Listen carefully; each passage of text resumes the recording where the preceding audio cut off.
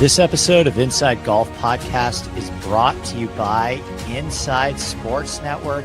What's up, everybody? It's your boy, Boston Capital Twitter, Steve, on the Hold the Green podcast. All right, we are live. Tap in, birdie. All right, Carson Young is here. I bet Ludwig at 28. Let's go. I bet You him did at, too? I bet him at 25. Low sevens. I think there's some guys in here we like. Harris English at 7,300. I love Brian Harmon at 3.5% this week.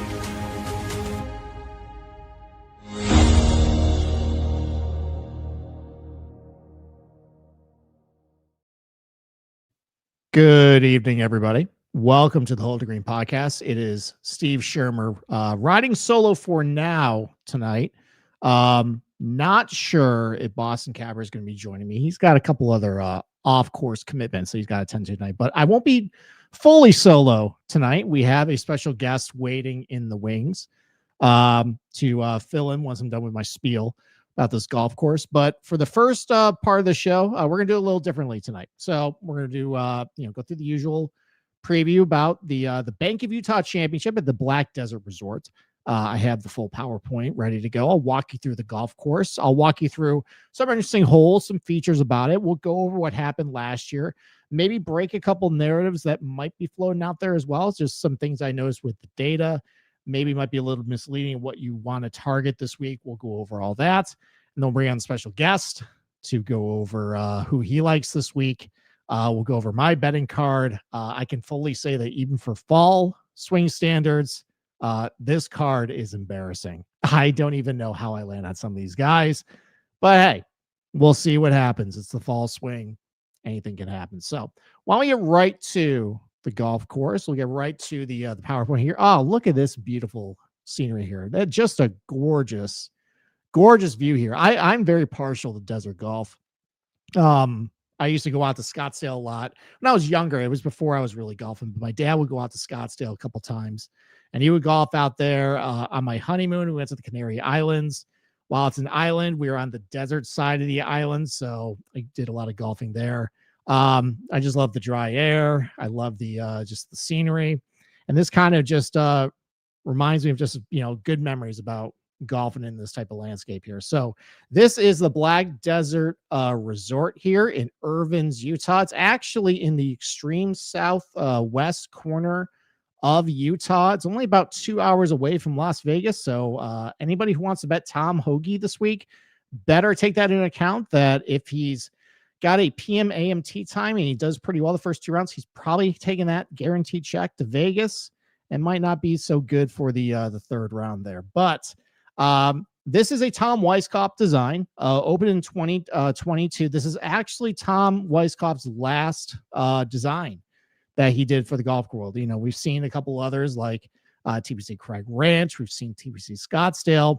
And this was his final design that he actually did not survive to see the end of. His assistant ended up finishing it for him. But this is on the site of an old lava field. That's obviously a big central theme to not only just the features of the golf course, but also how you want to handicap this thing. And, if we'll go to the next slide here. This is about what everybody expects, or at least watching last year.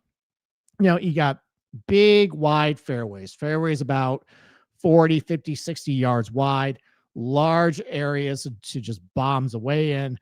But, and I got kids too. One of their favorite games is the Floor is Lava. This is essentially a Floor is Lava golf course where if you hit anything pretty much offline, if you're just not on the fairway, it usually incurs a penalty. We'll go over some of the extremely high penalty rates in a little bit. But that's basically what happened. You have wide, generous corridors, but if you miss very big, you're going to land in some of the lava fields and rocks here, and you're going to incur a penalty. That's what everybody really knows about this place from last year.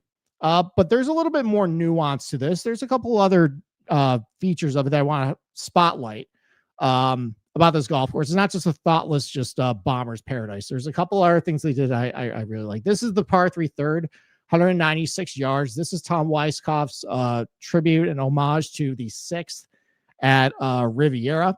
Obviously, the 6 of the Riviera has the small bunker in the middle of the green here. That is an homage as well. We see this here. You have a pretty significantly undulated green with fall offs on a lot of sides with a bunker in the middle. So this can you can definitely have some pretty tricky pin positions on this type of hole. Next hole here, this is the par 5 7th, 596 yards. Obviously you see the rolling terrain here, but you have little lava islands just sitting right out in the fairway. I'll get a closer look here.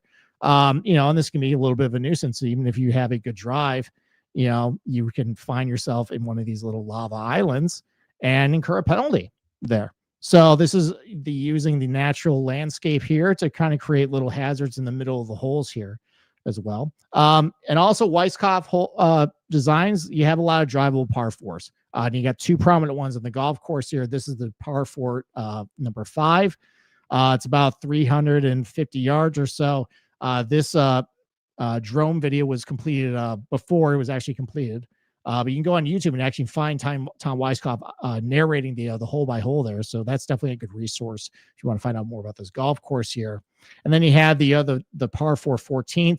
The greens partially blind off the tee. It's obscured by this mound of just rocks and lava over here. Again, very wide fairways. But, one of the features of this is, yes, it's drivable, but there is consequence because if you miss big, if he decides to go for it, there's a lot of areas where if you don't find the short grass, you miss the green, you could end up in some of this area right here off the fairway here and incur a penalty stroke. So, it does create a little bit of excitement, a little bit of risk reward as well on these types of holes. It's not just mindless. Okay, we'll just bomb it out there, push it out there. Don't worry about where it lands. We'll try to get up and down. There is a consequence to hitting a poor drive when you try to go for the green on some of these holes. This is another homage to another golf course here. Weiskopf won at Royal Troon for his Open Championship. The name of his design company was the Troon Company. And this is his homage to the postage stamp at Royal Troon, one of my favorite Open Championship venues. That's, even though it was a very short par 3, as everybody saw a couple of years ago, took everybody's lunch money when it played really, the weather was up. And you can definitely see some tricky areas to it.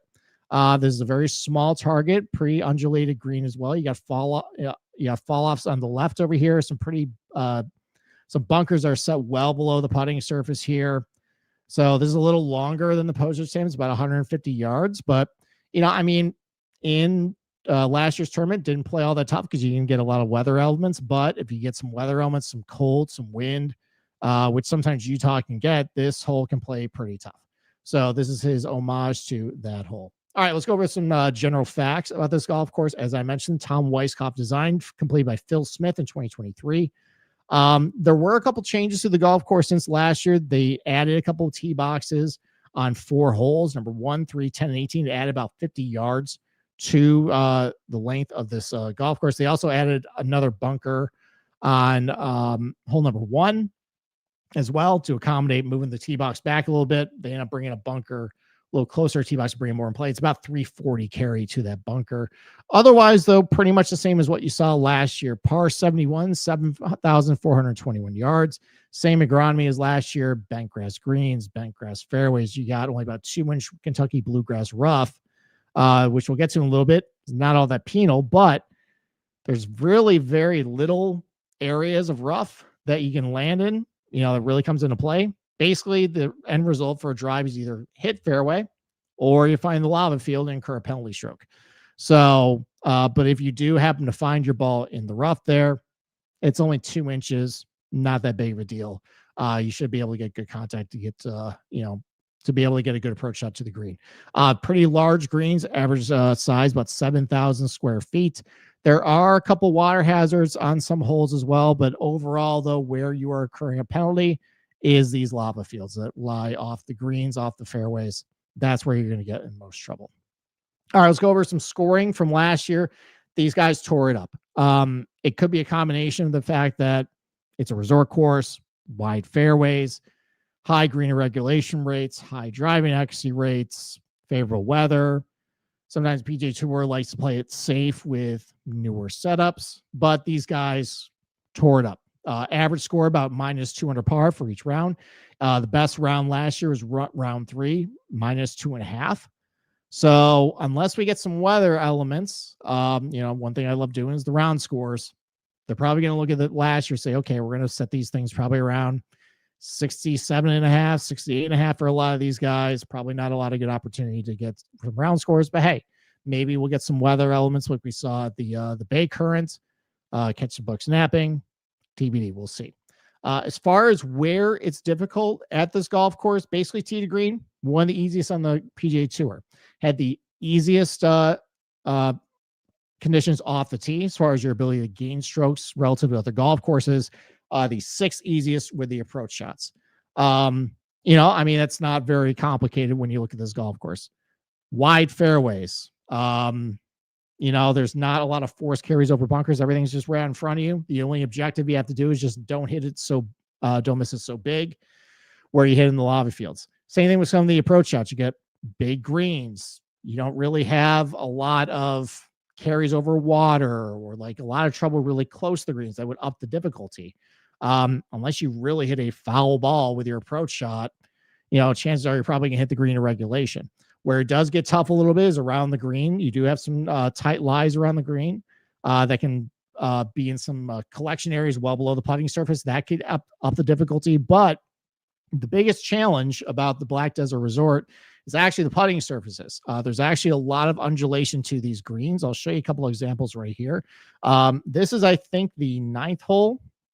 And you can see, like, you can definitely see the undulations in this green here. Kind of like when we talked about the Yokohama Country Club a couple weeks ago, where the greens just kind of drape over the landscape and where the natural land movement creates a lot of the slope. You can kind of see that here, where you have some undulating topography, and then, a little bit of a spine in the middle of the green here, funnels down to a little bowl in the front of the green here. So, if you do find yourself in the wrong area of the green, it could be a bit of a tricky putt to navigate around some of these slopes. This one is the slope's a little more subtle, but you can still see little mounds in the greens here to create some subtle undulation to make it a little more difficult if you do find yourself in the wrong area of the green. So a lot of greens are like this. It's not easy to putt on. And that was the challenge last year. It was one of the hardest places to putt on relative to other courses in the PGA Tour. And that's the reason why. These greens do have some character to it. It's not just kind of like some of his other golf courses like TPC Craig Ranch or Scottsdale where they're kind of flat. There definitely is a little more subtlety to these greens or a challenge to these greens. Everyone wants to talk about the driving at Black Desert Resort. And I think that's probably something we definitely need to focus on a little bit because based on some of the stats, it might lead you a little bit down the wrong road, I feel, as far as what you want to look for this week. So one of the biggest missed fairway penalties on the PGA Tour, about half a stroke per round or half a stroke penalty for any time you miss a fairway. And obviously that's because if you miss a fairway, it is essentially a penalty stroke. As you can see by the penalty percentage by shots that miss the fairway, it's almost about 1 in 5. That was the highest on the PGA Tour last year. Not that big of a rough penalty as we kind of talked about, where it's only 2-inch bluegrass rough. But that's, again, the objective is if you miss big, you're going to pay big. The problem, though, is that, you're at elevation. So everybody's getting pretty big driving distances. The average driving distance last year is 301. There's not a lot of incentive to keep driver in the bag as well with the wide fairways. Basically just, hit as far and long and as straight as you can. And the driving accuracy rate is about 86% for the field. So, it's very easy to hit fairways. You have high driving accuracy rates for everybody. It's just the off chance of when you do miss, you're going to incur big. So that makes it a little bit harder to handicap a little bit because even for the most inaccurate hitters, they're going to hit a lot of fairways this week. It really is just about if you miss it at the wrong time, you're going to miss big or you're going to pay big. So as far as proximity buckets go, it's pretty evenly as far as like the average PGA Tour golf course. It doesn't deviate all that much from a lot of these buckets from like 125 to 175. It's about average to what you'd usually expect at other PGA Tour golf courses. The only big differences, though, is there's a high degree or concentration of shots between 175 and 200. About 1 in 4 of your shots are going to come from that range. Now, it's not really from that range. These guys do have to adjust for elevation. They're going to adjust about 5% on all their shots. It's about 3,000 feet in elevation. So they adjusted. I know that when they played Castle Pines, I think 2 years ago out in Colorado, they had to adjust about 10% of their shots. It's about half the elevation. It's going to be about 5%. So, some of these buckets, might play a little shorter than what it actually says. But overall, though, it's basically going to be a pretty big test of a lot of mid-iron play, a lot of shots between like 150 to 200 yards. That's one area I'm going to focus on this week for sure. And definitely when I bet a couple of these guys, some of these guys really excel from that range. All right. And then lastly, we'll go over the leaderboard last year. So, we talked about the big missed fairway penalty. And, if you look at actually one of the things I like to look at is on day golf is the course fit model. It says that, there's a high predictability of long and straight. And based on how you separated yourself in the tournament last year, there's a big edge in how you separate yourself from off the tee. So that might lead you down to say, okay, I want some of the best drivers on the PGA Tour because they're going to hit it long and straight. They're not getting in trouble a whole lot. Well, if you look at how the leaderboard shook out, though, yes, I mean, all these guys drove it really good relative to their peers in the tournament. But, Matt McCarty, one of the shorter hitters coming in on the PGA Tour, he's fairly accurate, but I wouldn't describe him as an elite driver. Neither like Lucas Glover or Streelman or like Joe Highsmith, Henrik Norlander, Lee Hodges. Even Nick Hardy, like he's long, but I wouldn't call these guys like elite drivers. So I think what the stats might suggest as far as what you want to look for this week is just I want the best guys like off the tee. But I feel like when you come to this golf course where the field average is 86% fairway accuracy, so everybody's hitting fairways. And really the only thing that separates you in tournament is either hitting a fairway or not, which incurs a penalty. Is more binary at that point. I think it's a little actually less predictable as far as like what type of driver you want off the tee. And especially because it's really easy conditions. So as far as what I look for this week, I look for guys who are either like elite in like two areas. One, you just hit a lot of fairways just in general. So you're not going to get in trouble a whole lot, or you're just a big bomber. Maybe you can just have a good week because if you hit it a lot farther than most guys here, you're going to have a big edge.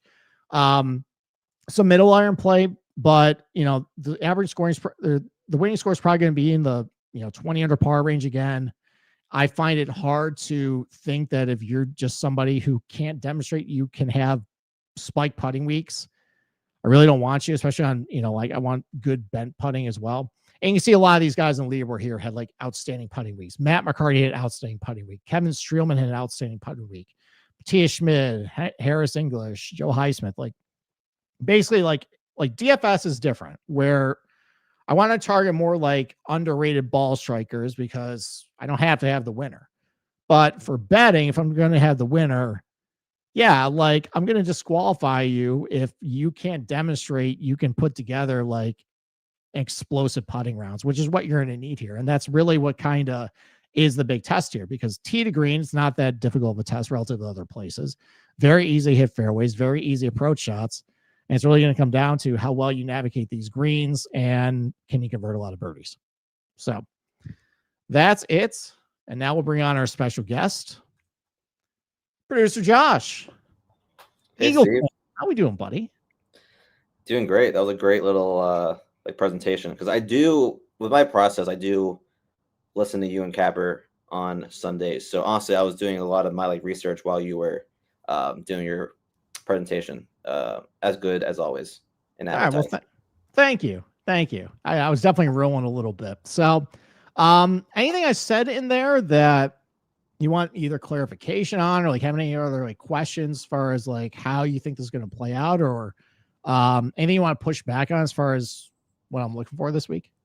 I mean, I thought it was interesting with the driving stats, as you kind of like recapped how you're looking for elite drivers, but like you can't really miss big. But if everyone's hitting fairways, and approach is something that you're going to emphasize while looking in stats. So I think that is kind of the most interesting part, and I think to like figure out is kind of like the off the tee, because we also don't have enough like data, right? We only have like a year's worth of data, so I thought that was the most interesting kind of stat that you presented. Yeah, I mean, I just think like when it's so binary where like it's such high driving accuracy rates where like even like Seth Tagala is going to hit like 87% of his fairways this week. But we just can't predict, like, it's like trying to predict like a water ball, you know, like you don't really know when it's going to happen or who it's going to happen to, you know, maybe just one of these accurate guys just has two really bad drives and it's going to submarine them. So, you know, just like, I think like looking at traditional strokes gained off the tee stats, as far as your handicap, like that's not really how I want to play it this week. Like, especially if you look at like some of the guys who did well last year, like none of these guys are leading those categories. Really, just the only thing that kind of linked them for the most part were like a lot of these guys just hit a lot of fairways, just a lot of safe drivers who might not gain a lot of strokes at other places. But here, if they can just keep it in front of them and maybe they can get a hot putter, maybe they're pretty good with their middle irons. Like that's more kind of what I was looking for this week. Obviously, you'll have a guy like Steven Yeager who'll have a good week. You'll have a guy like Nick Hardy who'll have a good week. You'll have a guy like Matthias Schmidt who are longer hitters, like have a good week. But I think for the most part, just kind of looking like a guy like Matt McCarty, who, you know, yes, he didn't have that great of a driving week he didn't hit a lot of fairways last year, but he just had a good driving week because he just kept it out of trouble a lot. And he was somebody who was coming into the PGA Tour off the Corn Ferry, just a guy who made a lot of birdies and had a hot putter and hit a lot of fairways. And it's kind of what I went with this week. Yeah, I mean, I'm trying to think like kind of what, it's hard to predict getting a hot like putter, right? Like that's the hardest kind of thing to predict. Yeah. So like when you're building your card, I guess it's kind of like a little preview for your card that you already told me is horrific, and you probably want to throw it out in like the trash already just because it's a fall swing event. So I'm very interested. I'm trying to like look at the odds board and be like, who do you have on like your card that makes it that bad, in a good way? But like when you're making your card, like, are you trying to find guys that spike on approach and have shown the ability to spike with their putters in like the past, or trying to find like the consistent putters that have a better chance to pop because they're better with the flag stick, but it's so hard to predict these like putting like weeks? Yeah, basically, I'm just like, are you capable? Like, do you have a pulse? Yeah. I don't need you to be consistent. Like, there's a couple of guys who are definitely way up and down with their putter. But like, if I'm looking at somebody like, I know everybody loves him, like Rico Hoy. Okay, like the guy cannot demonstrate the ability to spike on the greens. Like he could have like close to like a decent week, but he'll still lose it. But like that's good for like, you know, T8, T6, like top 10. But like he needs to get more to get over the hump. And if I'm just looking at outright bets, which is really all I'm looking for this week, like I'm not really in the market for, I don't want to, I just think the positional market, the prices this week just are junk with some of these guys. Like I don't trust any of them. So if I'm just looking for ceiling upside, I'm basically looking for that, especially if I'm going to a golf course that the only challenge is just don't miss fairways. Other than that, though, it's a pretty easy ball striking contest that's going to shrink the gap between really talented players and poor ones. Basically, do you have the ability to just kind of play vanilla golf, tee to green, keep it safe? And do you have the ability, just look at like your data golf profile page, like of like, can you have spike putting weeks? And particularly on like bent surfaces, what I look for. So I don't necessarily like there's very few golfers who are just consistently good putters. I'm just looking for guys that at least within the last like couple months or so, I've noticed the ability to have spike weeks and, you know, maybe trying to draw upon some other golf courses that have similar characteristics of this place where maybe they can match both up and have good weeks. Would you compare how Keegan set up Bethpage Black to this course? No, I wouldn't. But it's close. It's close. Had to throw something, like in there about like the Ryder Cup, but Yeah. But yeah, so yeah, I don't have any really other questions. I made a disgusting card, which a lot of them are like my guys, kind of third down like the board. So kind of where do you want to start with like your card? Well, I know how Capper constructs his card. How do you usually construct your outright card? I've never really asked this question of you.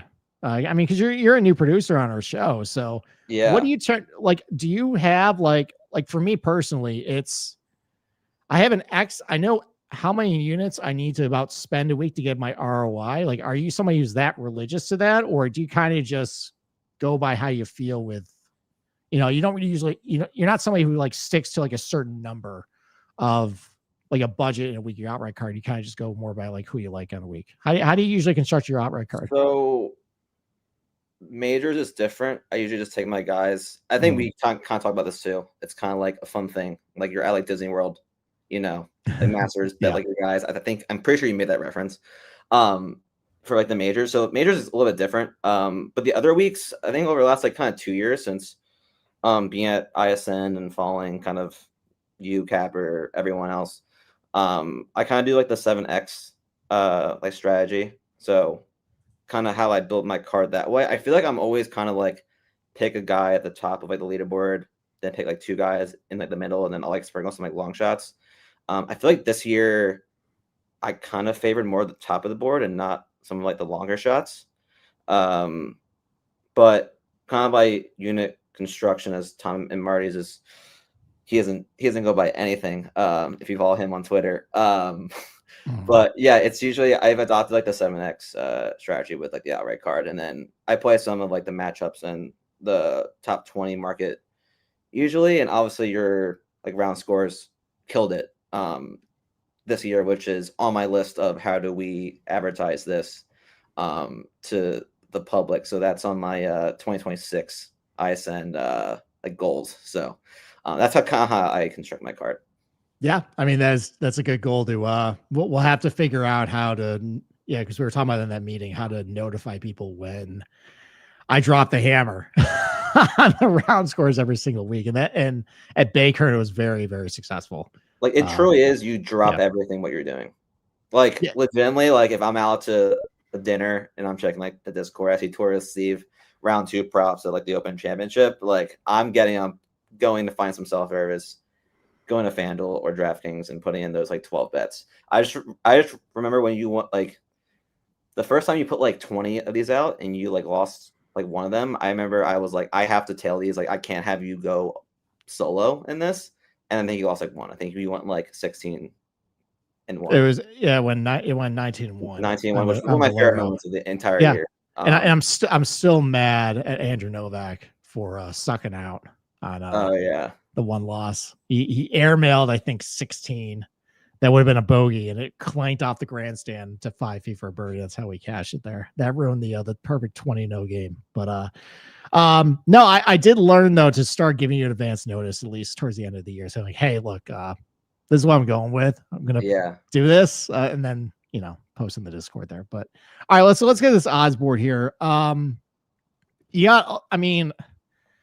You have the big favorites. You got Matt McNeely about 14-1. Michael Torbjornsen, between like 15-20 to 1. Kurt Kitayama, who ISN favorite there. Great ball striker. He's been a little better with the putter the second half of the year. He won on bent back at the 3M. He's about like 20-1. Alex Noren, who's been red hot. Davis Thompson, who just constantly disappoints, but he looks great in the models. Kevin Yu, another ISN favorite. Rico Hoy, another ISN favorite. Did you bet anybody 30-1 or better this week? So full transparency, I was not anticipating to bet this tournament. I usually for the fall swing used to bet a couple of like the same schmoes, honestly. But it's like the fall swing. I focused my attention more on like football, fantasy football team. I started out like 1-4. I'm climbing back.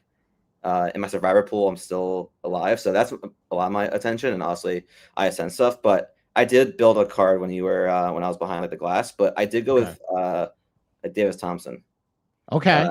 As you kind of like roasted him a little bit, but Oh, T19 at the Pro Court, T21 at Bay Current. I mean, he's a driver putter, and kind of I bet him a decent amount, kind of like post maybe like PGA Championship when he started to like show some signs of life with his irons. That kind of is something that's very inconsistent with his game.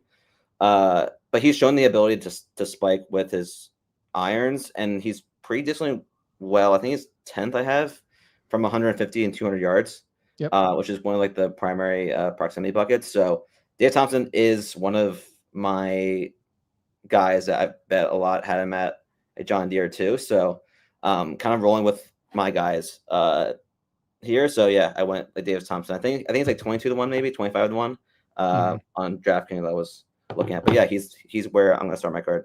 okay. Yeah, I know I poo-pooed him. It's just because Capper and I like talking about his big dumb face, especially when he screws up and then you feel really you just get really mad about like how dopey he looks sometimes. Yeah, and of course that guy sucks. But no, he's actually somebody I did look at this week. I think he's got less of an edge here because like he is one of those elite drivers compared to everybody else. He's long and straight, but right. Everybody here is going to be relatively long and straight. But the difference though between him and like maybe some other guys who might be a little weaker, like outside of that is yes, his iron game's a little spotty, but he's really good in the relative ranges you're looking at between like 100 and 200 yards, especially between 150 200. Putter has been hit or miss, but the last 16 rounds has actually been kind of heating up a little bit. He does have a win on bent grass before the John Deere. So that is somebody I actually did kind of consider this week. Okay. I didn't get this high up the odds board because I just decided to put together the worst card in the history on earth. But I don't mind Davis Thompson this week. I think, I mean, the price is a little rich for me, but I don't hate that pick at all. Yeah, it is definitely pretty rich. But it's like the fall swing, so exactly it's fun. Gotta make some uncomfortable clicks sometimes. Exactly. All right. Anybody else in this range you liked? No, not really. I mean, like just based on going off like price, like honestly, like Andy and like Brian talked about it on the DFS show, but like I feel like a lot of people are going to click on like Kitayama and Thor, probably specifically in the DFS, which I don't play, but it's kind of hard to pay the 16 to 18 to like one on like those guys in an easy course. Too, like when like these courses are easier, I try to go down like the board, just because like there's more guys that have a chance to win than if you play like a Memorial or like Bay Hill, like one of like those like tournaments, obviously. Yeah, because Scotty can only win those places. Yes. Yes. Yeah, and somehow like Russell Henley won like Bay Hill, but no, my next my next click might not be for a while, honestly. Okay. All right.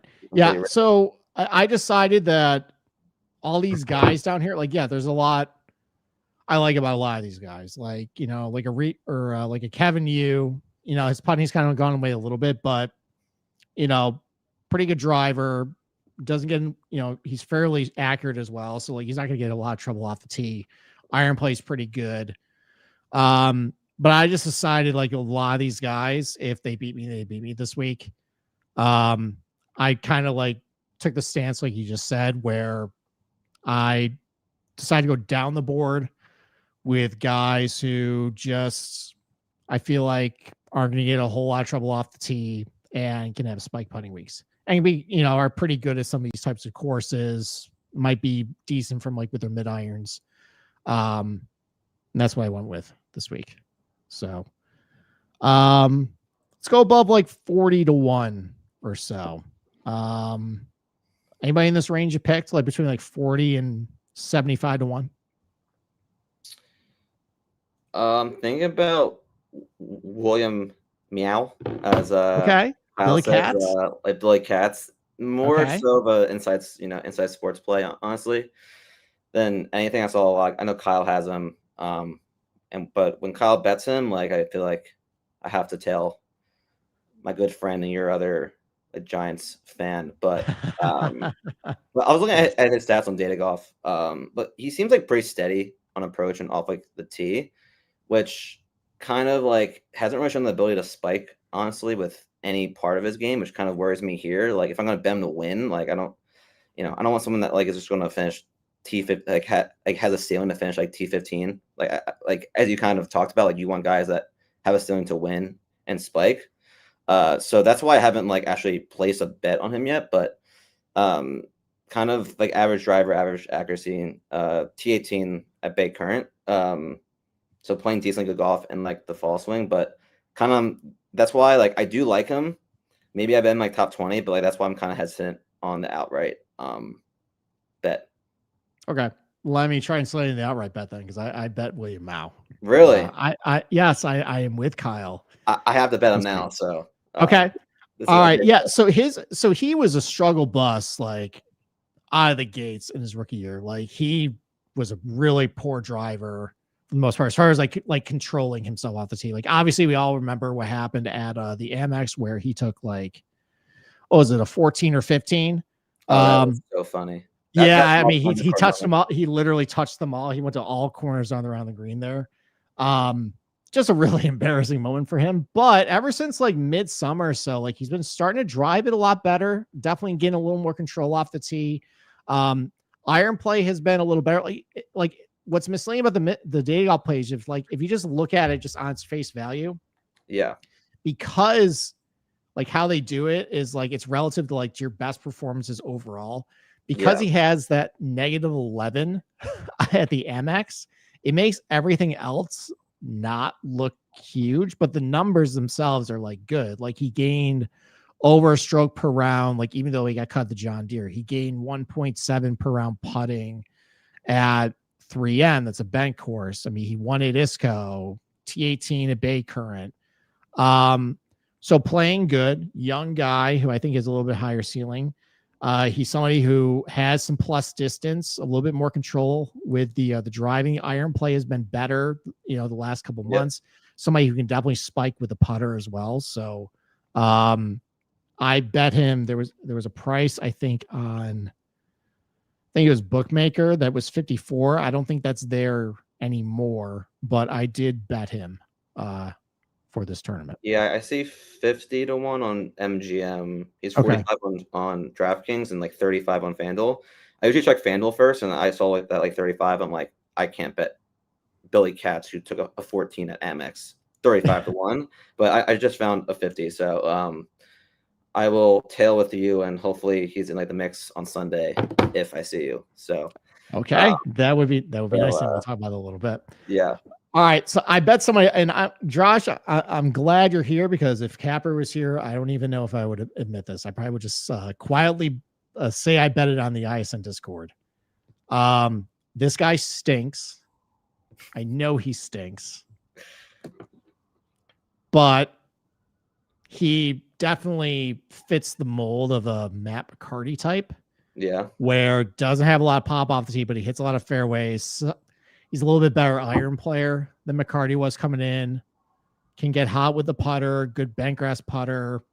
I bet Christian Bezuidenhout at 40 to 1. I just think he's an accomplished golfer. He fits kind of a general profile what I was looking for this week. Not going to get in a whole lot of trouble off the tee. He can spike with the putter. I know he can do well at a desert setting with high scoring when he finished pretty highly at the Amex, the one that Dunlap won last year. Also has been pretty good at TPC Scottsdale too. It's a Weisskopf, so get some of the connections there. I don't feel great about it. He's probably going to finish T28 like he normally does, and that's why he probably always finishes high up in the model for me, because he just is high floor, low ceiling. But at 40 to 1 in a crap field, guy who has won on some good events on the DP World Tour. Granted, that was years ago. I think pre-pandemic, but I bet him. Yeah, I'm always hit or miss with him. I feel like he has these like mostly miss. He has these like runs where like he's like super chalk. It's probably like the couple like tournaments where he like rates out pretty well in those like non-signature events. But no, I'm looking at it. He's T10 at Baker and T6 at Sanderson, so like he's playing some good golf. But I'm not usually a Bez guy, to be honest with you. So have to have some of like the capper in me to say that yeah, I'm not the biggest fan, but That's yeah, fine. You don't have to be polite. You can say he sucks. That's okay. I'm a nice guy. Not in about 10 minutes when we talk about Giants Eagles. I was gonna say that, but Yep. but yeah. So wait, so what's the price on him? I got him at 40 to 1. 40 to 1. I think he might have dripped that. I think was on Bookmaker earlier, or it was like 39 to 1. So I'm cheating a little bit. Yeah, but I think he's like 35 most places. Yeah, I hate that price. So Yeah. I can clip that for myself like later when he does win. But yeah. Okay. All right. There was another guy I bet on who I just think he's just better than a lot of players in this field. And I think you wouldn't think of him as a good course fit here, but you know, he's definitely shown some ceiling a couple times this summer. Okay. And he fell to 55 to 1 on Bet Online. I bet Emiliano Grillo at that price. I just thought that was a disrespectful price for a guy of his caliber, for that good of a ball striker who's going to hit a lot of fairways. And he's a better putter than what he's been, throughout a lot of his career. I saw a high finish out of him at TPC Deer Run, where I should have got paid off for that. He also finished, I think, 4th at Procore. So, a guy who has demonstrated some pretty high ceiling finishes last couple months at 55 to 1, a guy who I know can win. Yeah, I thought that was a good price. He can't win. So. He can't win. He lost to Brian Campbell. Okay, well, he won Colonial at least. Yes, I know. I was on his train for like those tournaments, like John Deere. I think I might have been at Procore, I believe. Or yeah, and then Scotty took everybody. Yeah, I bet him too. So I'm usually a grill guy. If I could get the 55 to 1, I would definitely take it. But yeah, I think it's like 40 or even 35 on the other books. But no, I have no bad things to say about Emiliano Grillo. He's been my guy, but probably like the worst beat like last year was losing to Brian Campbell like 300 to 1. Yeah, that was rough. I think my worst beat though was having Rory at the Scottish Open and losing to Gotterup the final round. That's how you know you're running bad, when you have one of the best players in the world and he can't beat Chris Gotterup head to head. That's rough. But Grillo is, you can still find him at 55 to 1 at Bet Online right now. You can find about 40 to 1 on Bet on Bookmaker. He's about 35 to 1 everywhere else though, so you're gonna have to shop offshore if you want those prices for him. So, and then I bet one more guy at 60 to 1 here. I think this is somebody Kyle also bet. Playing really good golf, had a good showing at Bay Current. He won over in Japan recently too. I bet Takumi Kanaya at 60 to 1. This is kind of another one of these Bazane types where shorter guy off the tee, but he hits a lot of fairways. The iron play is absolutely atrocious. I know this, but if this is really easy ball striking conditions, especially with some of the iron shots, he is definitely has a very ability to have great putting weeks, just playing good golf right now. If the biggest challenge here is being able to putt in these greens and avoiding the lava fields, he's got those two skills locked down. So I bet Kanai at 60 to 1. I know like nothing about this guy. Okay. Just being full of transparent, and like that's such a Kyle player too. But yeah, I got do you have like a fun fact about him or anything? That I mean, besides he's Japanese. No, I mean, like he was one of these guys that just like he was a young guy, came over from the Japanese tour, and young phenom, and it just they don't pan out over here. Like really, the only Japanese guy that really panned out the last like 15, 20 years is really Hideki. Like there's been a lot of guys with a lot of hype that just never made it over here. I don't know if there's just a lot of pressure or like the fact that like they're just followed everybody by the Japanese media, and it just. How do you qualify for this event? Like, he's got his PGA Tour card. Oh, So yeah, so he earned it. Like he's a solid player, but like, he was another one of these guys that like dominated overseas, had a lot of high expectations. Like last year on the Japanese tour, he won. He had a win. He had a bunch of top fives. And then he got his PGA Tour card, and like, he's been okay. He's got a T5 at Byron Nelson, T7 at 3M. yeah.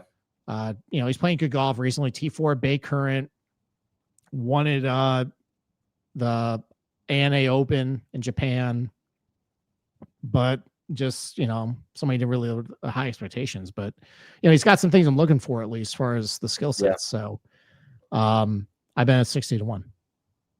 Solid. Okay. All right. Have you bet anybody else in this range, or do you want to go dumpster diving? So this is where again, it's like my all-stars per se. I bet Carson Young at 90-1. Okay. I also had to bet this because I took over for Cam. And Cam is the Carson Young truther. So like he rates out like pretty well. I know Andy bet Carson Young. Probably will be pretty chalky, and make pretty popular. But yeah, I went with the Carson Young pick. He's pretty accurate off the tee. Like he's not that long, so like kind of hitting a ton of fairways will favor him. And then I was looking at the proximity buckets. He's pretty decent. So he's 21st from 150 and 200 yards. And he has shown the ability to kind of be streaky with the flat stick. He isn't the greatest putter, but kind of just going through his profile, he has shown to spike with his putter. So kind of a Cam producer ISN role Carson Young pick here. Okay. All right. Well, that makes two of us because I also bet Carson Young, the unofficial golfer of the ISN Inside Sports Network here. Yeah. I mean, just to piggyback on that, been pretty good at some of these resort courses. I think he had a couple of good finishes at El Cardinal. I think he's done all right at Vedanta Vallarta. I think he was pretty good. That this is where the love affair between old producer Cam and Carson Young started at TBC Craig Ranch, Tom Weisskopf design. So yeah, I mean, a guy. Apparently, I picked a lot of pipsqueaks here who can hit a lot of putts sometimes. Where, he's fairly accurate off the tee, solid ball striker with the middle irons. Yeah, he can be a little bit hit or miss with the putter, but he's actually a decent bent grass putter. Good at somewhere like John Deere too. Those are bent greens. So 100-1 for Carson Young, fighting for his PGA Tour card right now. That would be quite the story. He wins this to secure it because he doesn't have a lot of starts left, and if he's got to get going or else he's going to lose his card. So this would be a nice little story for him to maybe get a win and secure his job for a little bit. All right. Sounds good. So we got two guys, okay, Billy Clutz and Carson Young, that we're aligned on. All right. I got two more bombs on my card. Do you have any north of 100? Yeah, I have two. Again, they're Josh Siegel all-stars. I went with Nick Hardy, 120-1. Okay. Do you have Nick Hardy? Is that why you're laughing? No, I did not bet Hardy. I'm this is kind of a never Hardy guy. On that he's my guy. I don't think I've told this publicly, but a couple of years ago at John Deere, I had him for a top 40 bet. Yeah. And I DM'd him on Instagram, just being like, hey, I have you for top 40. And he was playing that day with no one. Because someone withdrew. So I basically hit him up on Instagram Saturday night or something. He got back to me the next day and finished exactly top 40. Or no, or T33, but was exactly T40. So I didn't get dead heated. Nice. But for the last couple of years, if I DM Nick Hardy, he gets right back to me. We've talked some golf before. He played in one of the Open Championships over the last couple of years, and I asked him about some of the course conditions, and he got back to me. So I always have a soft spot for Nick Hardy. So based off just vibes, and he finished T8 here, I think. Yeah, last year. Yeah, last year. Yep. But he is abysmal. He cannot putt. I wish I think my putting is the best part of my game. I'm not a great golfer. I wish like if he could hit and I can just like putt for him, that'd be kind of some like great content. But yeah, I think he spiked on approach. At Procore. So like roughly like 6.5 strokes on approach at Procore. So more of a, I don't really like the number, like 120 to 1 on Nick Hardy. I feel like I was thinking like 150, 160 area. But it's like the bank of a Utah. So I'm going to go with my guy here with Hardy at like 120. So let's prove you wrong. There you go. Yeah, his iron numbers have been better, and even though he is an abysmal putter, I do have him as a plus putter on bentgrass. Yeah, Illinois guy, so probably more comfortable on those putting surfaces. And yeah, he's got some course history here. And look, it's 120 to 1 at the Bank of Utah. Like, there's really no. You hate the bet so much. No, I don't hate that bet. It's over. I don't hate anything over 100 to 1 here. If you're taking a lost shot, like it's a very flimsy case regardless. So. And I'm going to take a flimsy case right here with a guy that, I'm going to be honest, I can't think of a single golf shot I've ever seen him hit. But he looks good on my stat page. He's been playing solid golf lately. Bunch of top 25 finishes, T10 at 3M, top 20 of the RBC Canadian Open, T21 at Sanderson. Somebody who hits a lot of fairways, a little bit up and down with a putter, but he does demonstrate some spike putting weeks over the last couple months or so I know he's capable. It's in his arsenal. I bet Noah Goodwin at 135 to 1. Just kind of going with that same theme of somebody who is not the longest hitter, but hits a lot of fairways and can get hot with the putter, kind of like a Matt McCarty type of prototype a little bit. So he's also, I like, he's a younger guy too. He is only 25 years old. Yeah. So I kind of like, if I'm going for some of these types, maybe there's some sort of untapped ceiling that he's starting to tap into. So, but again, he just kind of fits the mold of what I was looking for this week. Yeah, so you weren't joking about your entire betting card, huh? Oh yeah, no, it's disgusting. It is. It's terrible. I got another really bad, just gross pick at the bottom too. And technically, I have room for 2 more losers as well. So. They all go over some of the guys I'm considering at the end here, but my last guy I bet, I mean, he doesn't really fit a lot of, I mean, he kind of does, but he's a fire hose off the tee. So that's not great, but he does have some pop off the tee and he's a really good putter. And I just saw him finish T3 at Sanderson, 2 starts ago. So I know he's got some recent ceiling finishes in him. I think Kyle actually bet him too. I bet Danny Walker at 225 to 1. I saw Danny Walker 4 putt at the Players because he was the last guy in. He played with Spieth because someone withdrew. Maybe it was Jason Day withdrew maybe at Players. Someone withdrew and I saw Danny Walker on 15 4 putt or maybe 5 putt honestly. That's the only Danny Walker story I have. But yeah, no, where did he pop off at? Did he? He finished T3 at Sanderson. No, he actually finished T6 of the Players. Okay. T13 at Vedanta Vallarta. T25 at CJ Cup, which is a Weiskopf. It might have been CJ Cup then. Yeah. So look, his iron play is absolutely abysmal lately. But I saw him have a ceiling finish recently. He's a good putter. I thought that was a disrespectful price at 225 to 1 for a guy who's been kind of semi-relevant this year. I know he's been terrible for most of the second half of the year, but I don't know. It's over 200 to 1 at the Bank of Utah. What do you want from me at this point? Yeah, so, I might add that to my card, Danny Walker. All right. So technically I can still fit one guy at 40 to 1, which some of the guys I was looking at is man, your Matt Wallace type or Torbjorn Olesen. I could get a 38 to 1. That's somebody I was considering. Go a Mac Meisner, 50 to 1. Could fit that. Or excuse me, I could go down the card a little bit. It's kind of looking at Kevin Roy. Going back to him this week. You know, everybody was betting him in the summer.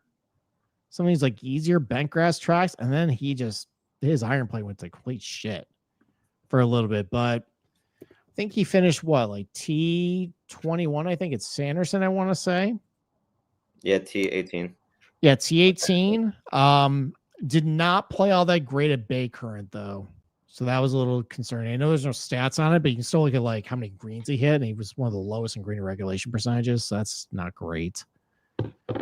But if you're looking for somebody who doesn't get in trouble a ton off the tee, is pretty good from like 150 to 200, and is a really good putter, especially on bent.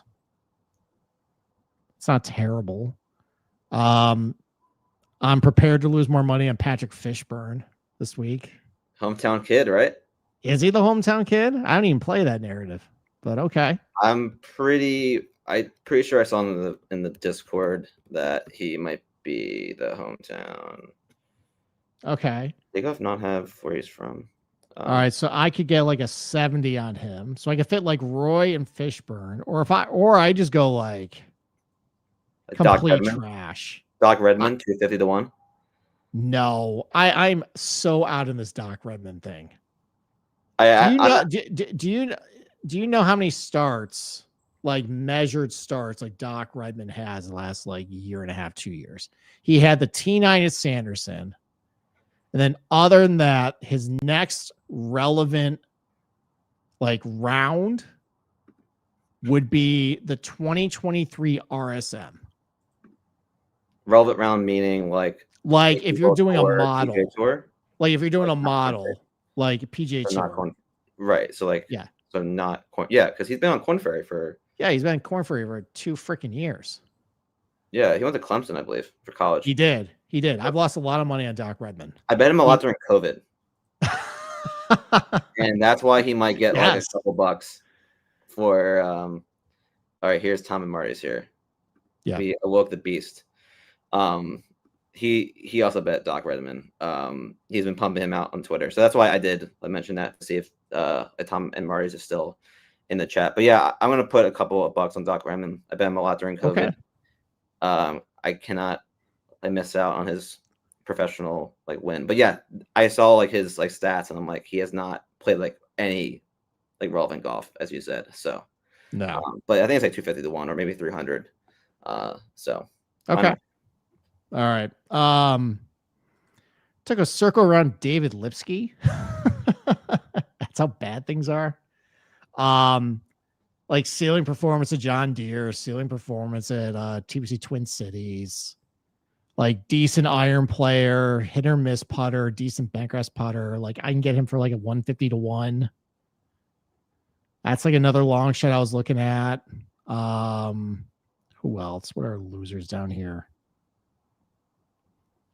Allegedly, Nick Dunlap drove it okay his last start.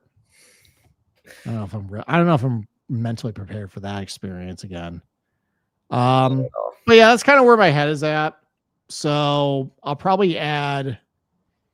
There's somebody closer to like 40 to 1, or maybe like 1 or 2 guys in like the 80 to 1 range, and then probably call the day. So you want to recap what your betting card is right now? Yeah, so I'll have Davis Thompson, Billy Katz, Carson Young, Danny Walker, Nick Hardy, and Doc Redman will be my disgusting card. But it's a lot of my guys that have some personal, emotional connection to. So, but that's why we bet like the fall swing. Like this is meant to like bet your guys and stuff, and hopefully we get a Billy Katz, Danny Walker, or Carson Young, because like that's where we have the same guys on our cards. So yeah. All right. Here's the guys I'm going to unstar by like 2:00 on Thursday. Okay. That's Christian Bazane, who 40 to 1, Billy Katz, William Mao got him about 54 to 1. You probably get him around like 45 to 1 or so, most other places. Emiliano Grillo. It's only because I got a good price on him at 55 to 1 on Bet Online. You still get that. He's like 35 to 1 elsewhere, but he's on my card. Takumi Kanaya, 60 to 1. And some longer shots. Carson Young, 100 to 1. Noah Goodwin, 135 to 1. Danny Walker, 225 to 1. And then again, I can probably add somebody around 40 to 1, or like 1 or 2 guys like 75, 80 to 1 or so. Got it. No, okay. should be interesting. All right. with all these guys that we have out. Yeah. All right. We went an hour on Bank Utah. Congratulations. I didn't think we were going to go that long on that. Yeah, we're definitely keeping the people like waiting for this anticipated Eagles Giants part 2, round 2. Yeah. Round 2 preview. So like what you've been to you've been to Eagles games, Giants Eagles games at the Link. So you know what you're getting like into on Sunday, right? Oh yeah. Like God, I've been going to Giants Eagles games in Philadelphia since I was like 7. So I was in the old Veteran Stadium days. And but back then when it was the Vet, you definitely could not wear Giants jerseys. Like this is where like it was dirt cheap to get into the Vet. So you had all the riffraff and all the worst characters of South Philly coming to the games, and you would not be able to get out alive. Like I remember like being at games. Like I definitely saw guys getting beat up. Crazy. Like saw people like put like cheesesteaks on seats of Giants fans, and they would sit back down. They would sit in it. Signs ripped up, like everything like that. So my family down there, like when it was the Vet, like yeah, definitely do not wear Giants gears. But since the Link, where well, it's funny, like it's 20 years old now, the stadium, so it's not even like a newer stadium. But when they built it, they basically priced out all the hooligans. And now really like the guys who are talking trash to you are mostly like guys working at like Wells Fargo or Wachovia, or like a lot of like, white collar bankers for the most part. Like, yeah, sure. Like you get some guys at the upper level, but like the tickets are expensive now and so pricey. Yeah. Like I've worn my jerseys. Well, I for a couple of years, I was not wearing my jersey at a protest. I mean, like I didn't really feel like wearing my Giants jersey watching Jake Fromm and Mike Glennon combo from a couple of years ago. That was one of the worst games I've seen. But otherwise, though, like I haven't had a lot of problems wearing my Giants jersey at the Link. Sometimes I'll get some crap, but like as long as you just kind of keep it lighthearted and like just like kind of know how to give like gentle ribbing back a little bit, like they're cool for the most part. Yeah, it's like, not as long as you don't get the Eagles fans going, like you're the one to start any trash talk. It's really not that bad from experience being in like the stadium. As you said, it's very more corporate now, which sucks. I wish I was old enough to go to the Vet to have some of your experiences. And my dad's in like the chat talking about, there was a time that they only kept these games to like only played at like 1:00, which is crazy. He has a lot of like stories from when he was a kid and used to like sneak in when he was like 6 or 7, like, because he was like so small and stuff. But it's gonna be a good time, which I already told you, like I'll be there in town to tailgate. I have a friend that he's coming in who's a Giants fan, so I thought it was only appropriate to give him his first time at a game, the proper Philadelphia tailgate experience. But what are your kind of takes on the Giants right now after that Sunday? Like you had such a high being up on like the Eagles. You and Capper called me out like last week for not coming on like the podcast, which I didn't really get a formal invitation, honestly.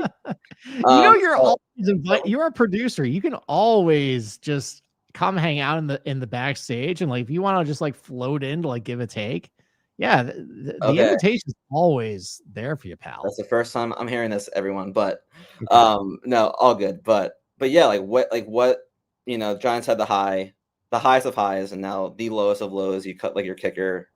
What's the state of like the Union, Steve, over for you? All right, so here's the thing. You probably heard my spiel last game or last week.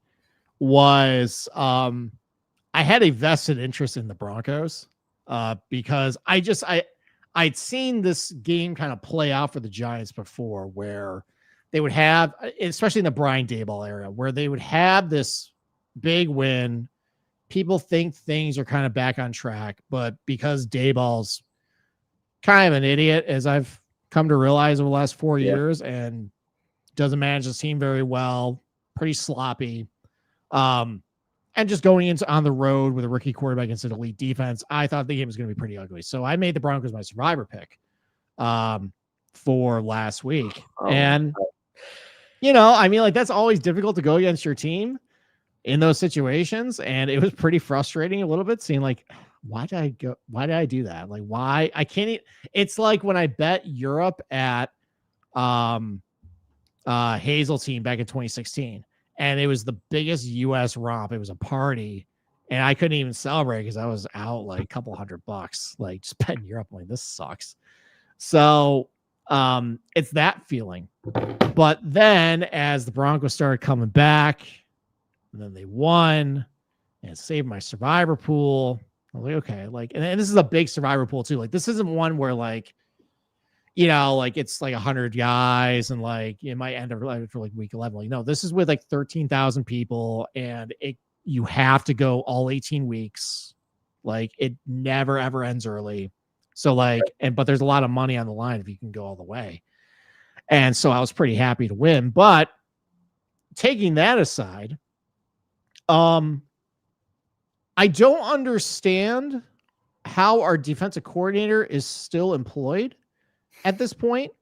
I would relate it to like, if at my current job, if I somehow gave $10 million to a con man out of our bank accounts, pretty sure that's what it's like giving up 33 points in the fourth freaking quarter to Bo Nix, of all people. Not sure how you can really come back for it, especially when that's the second time this year that they played soft prevent defense and let somebody go down the field for a game winning, or for Dallas it was a game tying field goal, but here was a game winning field goal with 30 seconds left. And the fact that Brian Daboll said, no, we're not going to do any staff changes, makes me kind of think maybe he wants to save that in his back pocket if he needs to justify keeping his job to John Mara at the end of the season, where he can just give him his head. I think any decent coach would have fired the defensive coordinator at that point. He has enough evidence that he's not very competent. He's losing the locker room based on some of the comments the players made after the game. It's a bad situation. But it's a continuation of just general dysfunction with this coaching staff, with the front office, with that kicker situation. How the hell they let it get to that point with that guy, and it just has not been fixed for 2 years. Like, I'm just getting numb to it, of just terrible, embarrassing ways that the Giants can just lose games and mismanage the team. And, it just is frustrating that things are just not really going to change because we have a terrible owner who makes bad decisions, who surrounds himself with bad people, and just par for the course at the end of the day.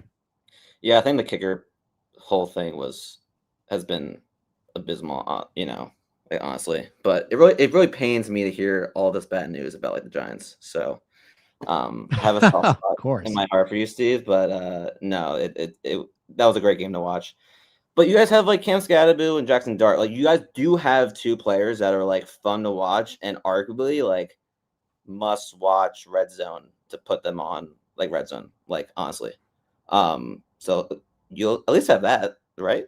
Yeah, I mean, look, like Jackson Dart, he definitely has some work he needs to do with the passing game. Well, yeah, like, there's obviously some things that are like, and that was expected too. Like, there's a reason why he was drafted 24th in the draft. Like, he's got the running ability, but at Ole Miss, it was a system. He's a system quarterback there.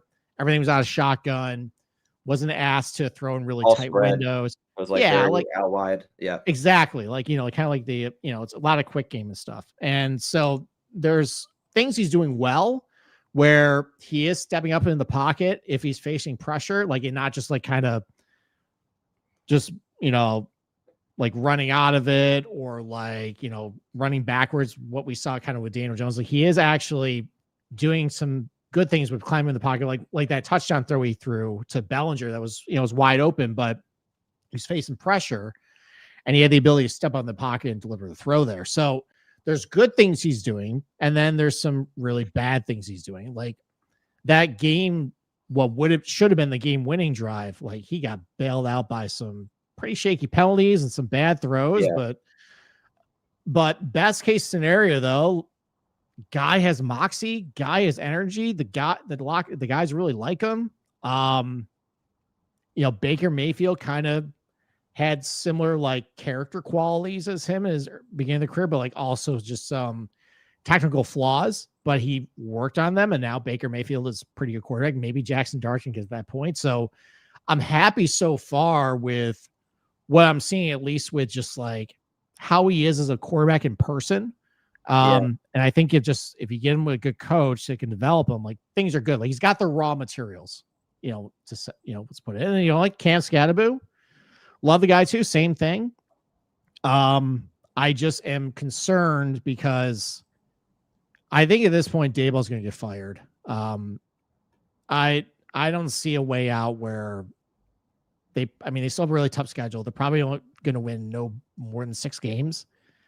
So you get to a situation then where you fire the coach, probably fire the GM, bring in a new coach, bring in a new GM. Now you're inheriting a quarterback that you didn't draft.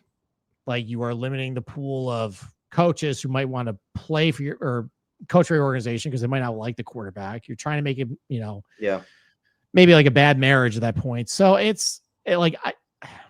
I wish we had a first-year head coach at this point. I wish we fired Daboll last year, and this was a different situation. I'm just worried about because we kind of went through that with Daniel Jones, where he showed a little bit of flashes in 2019 with Pat Shurmur. They got rid of him, brought in Joe Judge, and they just kind of neutered Jones, and it just didn't work. He was just stuck with him. So, but yeah, like I hope they match with the next head coach. I hope they match somebody who will continue to develop him. So, I can say this though, this is definitely the most interesting Giants Eagles game that I've been to, probably I would say at least 2017. Your team's kind of reeling a little bit. I know you guys beat the Vikings on a Sunday, but Jalen Hurts looked good. Your running game still looks like shit though. How are you feeling coming into this game?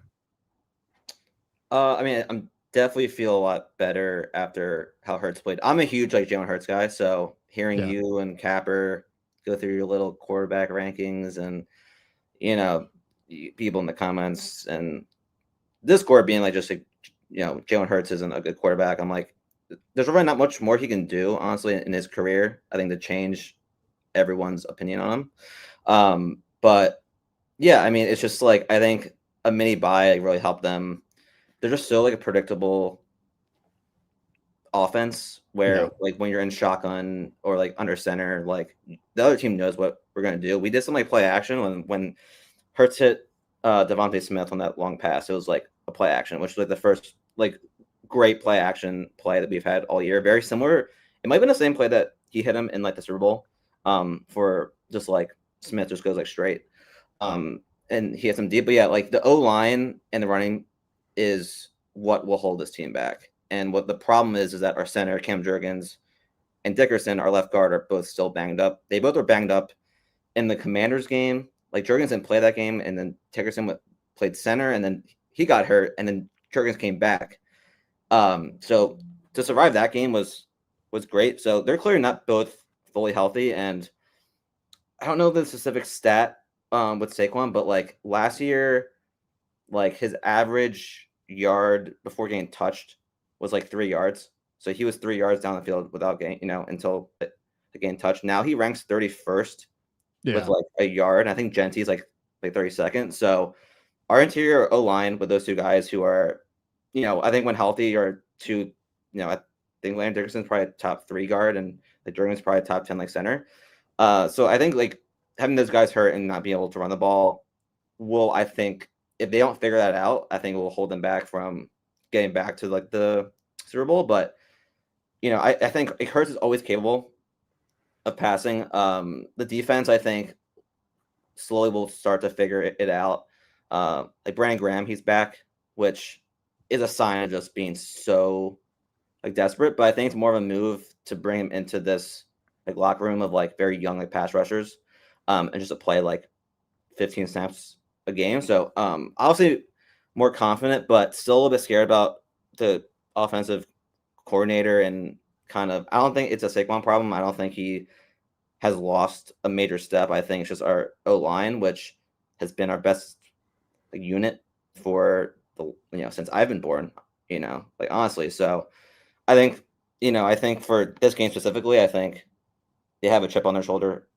Obviously, getting embarrassed on like prime like video to you guys. So I think they should come out with some sort of a fire to kind of lay it all out there and try and cover this. I think it's like 7.5 is the spread.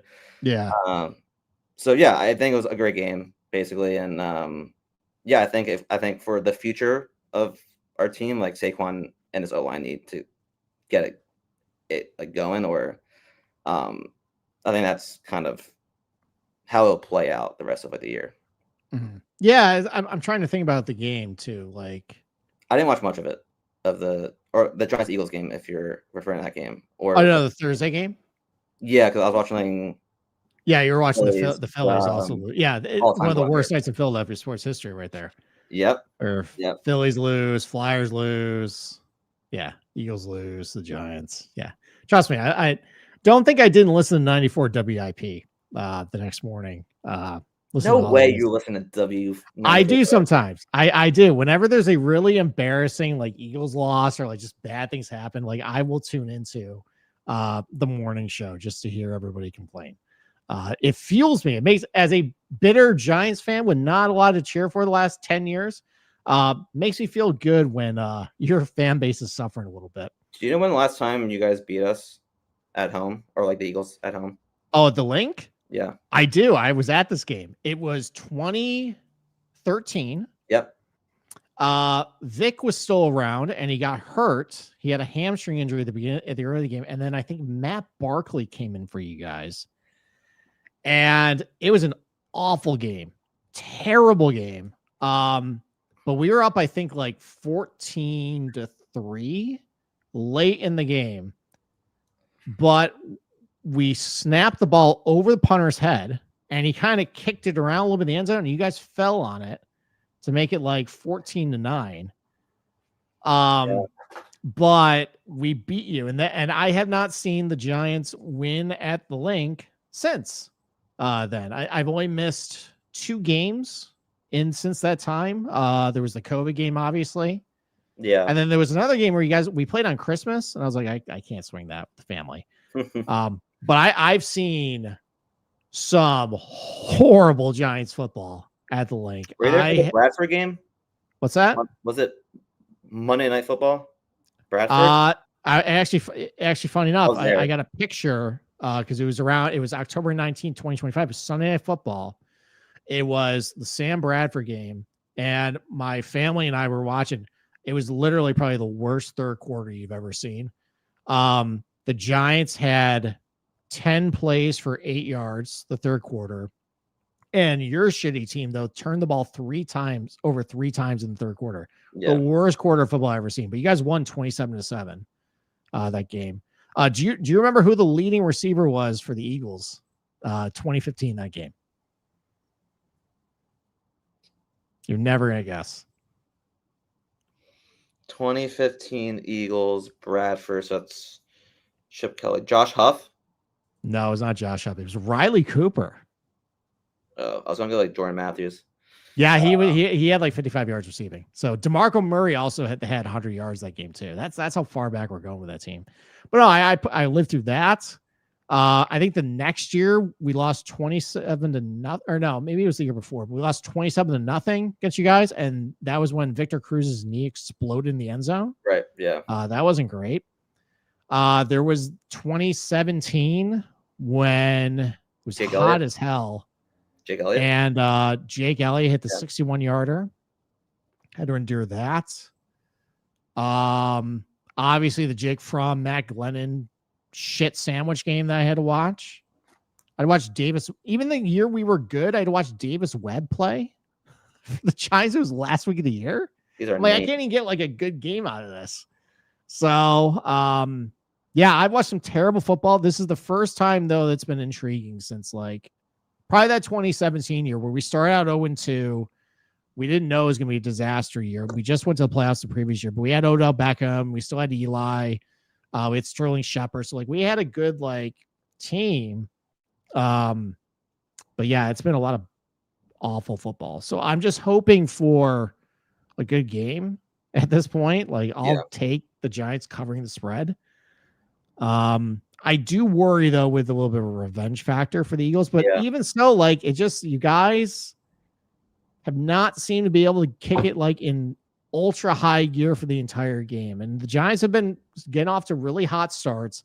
I would love if the Giants like continue that trend of like having a lot of early football or early game success and just hear the Eagles fan just start booing your team. Like I bathe when that happens. So, but ultimately though, Eagles are probably going to win because that's what happens. I never see the Eagles win, or the Giants win at the link.